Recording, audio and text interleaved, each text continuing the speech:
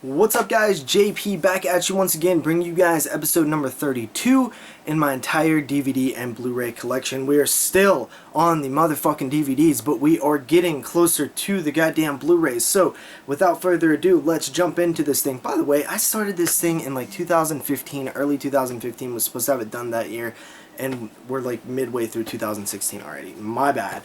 Let's continue along here. First up, we have Something to Scream About and Shock Cinema. This is two documentaries, I believe from the 90s.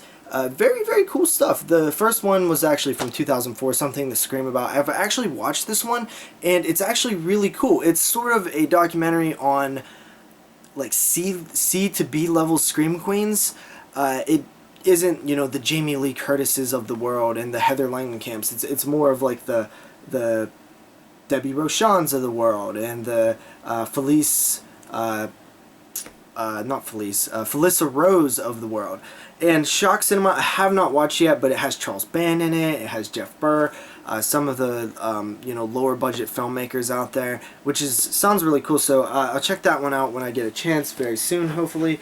Let's move on here. We have a little pickup from Dollar General. We have Parasitic. Now, I had to pick this up based on the cover alone. You don't want to stick me in a Dollar General because I have to come out with a DVD usually. Like, I really try hard to just get something, and it's sort of an addiction that I have. But this one looked cool enough to pick up based on the cover alone. It looks like a fucking centipede on the back of here.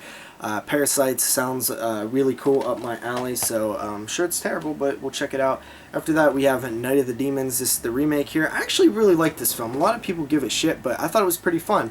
I wish I had the Blu-ray, but for some reason, that goddamn Blu-ray would never go down in price, so I had to settle on the DVD. Got it for about $3.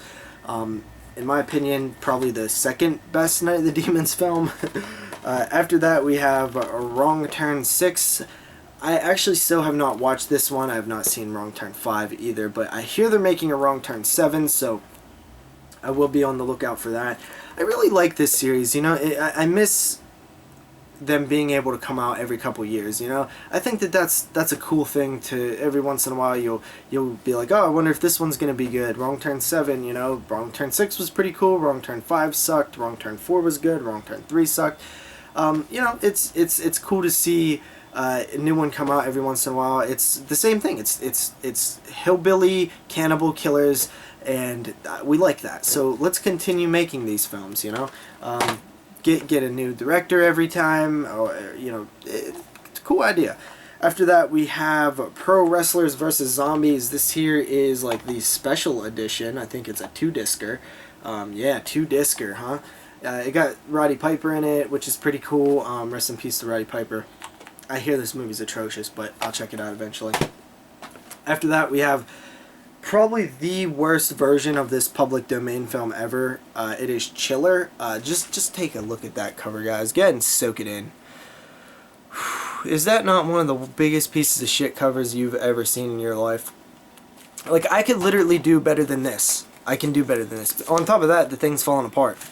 Probably not going to upgrade to a different version of Chiller anytime soon, but just judging by the back, the stills, they look like they're VHS quality. So I needed Wes Craven's Chiller because it was one of the films that I did not own from Wes Craven, and unfortunately I got that terrible version. After that, we have Lost After Dark, which I actually haven't seen, but I heard good things about it. I never did quite get to it in the top 10 of 2015 preparation. Unfortunately, it's kind of in that limbo spot where I probably won't check it out for another couple years. After that, we have Count Yorga Vampire. That's right, I picked up this version because fuck Twilight Time and their shitty version. And yeah, I don't know anything about this one, but I have it on DVD. After that, we have Cemetery Gates. Grab this for just a couple bucks. I believe this is a Killer Rat film, and Killer Rat films kick ass. I heard that this one was pretty good, so I'm going to check it out. After that, we have, oh, this was a nice little pickup here. We got The Pit and Hellgate in the old school Anchor Bay drive-in double feature set. Unfortunately, The Pit, or I guess it's fortunately, I mean, for all the people that don't have The Pit, it's good that it got re-released. Unfortunately for me, I just picked this up, and shortly after that, they announced it on Blu-ray. I believe Kino was doing it, so a lot of people are going to be able to check out The Pit. I've still yet to see it. These are two that I actually want to check out very soon, though. I've heard good things about both of them. Oops, dropped that. After that, we have Hell Night. This is one that I ended up grabbing really cheap on a website. I've never seen Hell Night, but I've heard a lot of good things about it. It's sort of one of those just cool, I guess, 80s slasher films or 80s horror films. So one that I wanted to check out for a while, Linda Blair. After that, we have Godzilla. Oh, this is a triple feat. I actually didn't even know I had this. This is kind of weird. I might have got this at a Dollar General as well. It has Godzilla and Mothra. I hate that motherfucking moth. I probably won't ever want to watch that. Godzilla vs. King Ghidorah, and Godzilla, Mothra, and King Ghidorah giant monsters all-out attack. Jesus Christ, that's a mouthful. I eventually want to own all of the Godzilla films. I think I own about 8 of them now.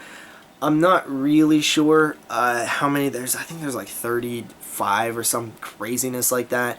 I eventually want to have them all. I know all of them are not on DVD, but hopefully I can find a way they get re-released or something. But I do want to collect them all eventually. After that, we have Pulse. This is the Japanese edition. I do really like the first Pulse, not the first Pulse, the American Pulse.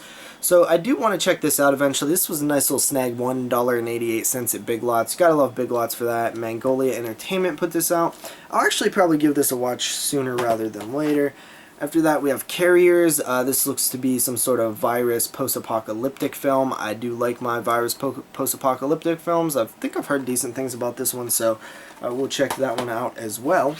After that, we have Midnight Kiss. This one looks awful. Don't really know anything about it. I got this out of a horror pack block subscription box thing.